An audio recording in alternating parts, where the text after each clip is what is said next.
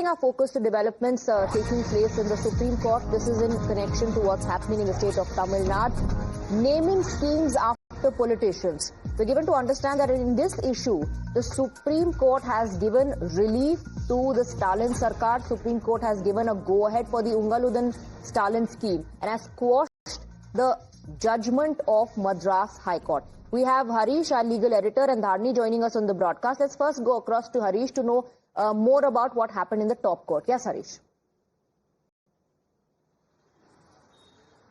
Yes, that's right, Swati. As you rightly put, it's a big relief for the MK Stalin government as the Supreme Court has given go-ahead to the Ungalodin Stalin scheme. Remember, it was stayed by the Madras High Court, saying that illegally Stalin's name had been used to give publicity to the social welfare scheme. But Supreme Court very clearly blasting, in fact slamming the petitioner, sitting MP of ADMK CV Shanmugam for coming to filing such a petition in the High Court, when Supreme Court had clearly in the common cause judgment said that the name and photos of PM and the Chief Minister and Cabinet Ministers can be used to give publicity to welfare schemes. The Supreme Court very clearly pulling him up and imposing a cost of rupees 10 lakh on CV Shanmugam, the sitting ADMK MP, and saying that that amount shall be used for some initiating some welfare scheme for the underprivileged in the state of Tamil Nadu. And Chief Justice B.R. Gavai clearly saying that the political battle should be fought before the electorate and you should not settle scores using filing frivolous petition before the Election Commission of India, and also slammed him for casting aspersion on the Election Commission of India. So Supreme Court giving relief to Stalin government, which had rushed to the Supreme Court after the Madras High Court had stayed the particular scheme and for using Stalin's name those are photo. Some observations, isn't it, Harish? Please stay on with us. Let me also go across to Dharni. Dharni, what the court has said is also equally important. The Supreme Court says and has said this directly to the petitioner, in this case ADMK MP CV Shanmugam, that this scheme was singled out for challenge when there are 45 other schemes across India and various states that have names after political figures.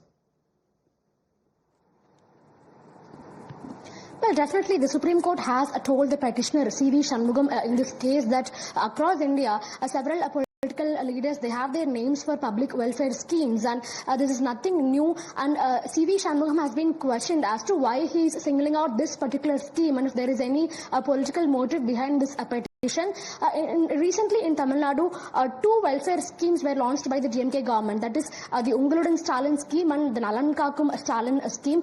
Both of these schemes have Mr. Stalin's name in them, and the ADMK opposed this, telling that this will create an advantage for the DMK in view of the assembly elections in the state that is coming next year. The ADMK told that the DMK government is using public welfare schemes as a tool to promote Mr. Stalin and to promote DMK as a political party ahead of the assembly elections in the state. And now the Supreme Court has set aside the Madras High Court's interim order that stopped the state government from using Mr. Stalin's name. In fact, we have Saeed Hafiz of the DMK joining with this.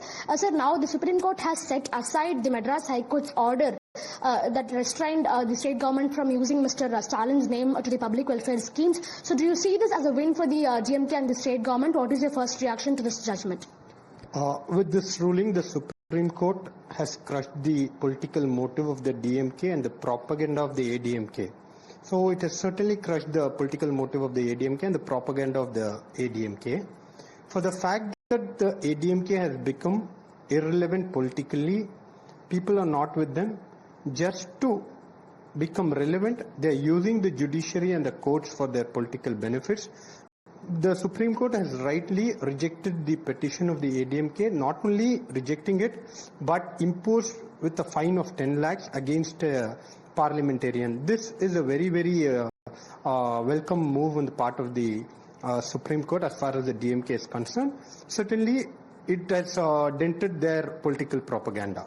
Thank you for talking to us. That is what the DMK has to say. They say that they're welcoming this judgment from the Supreme Court, and they're telling that the ADMK has become politically irrelevant in the state of Tamil Nadu, and that is why they are resorting to these kind of petitions in That's judiciary. the response of the DMK leader. Thank you very much, Dharni and Harish, for getting us the details of what transpired in the court and the result of which is politics happening in the state. Quick break with that. We have a lot more lined up on the other side.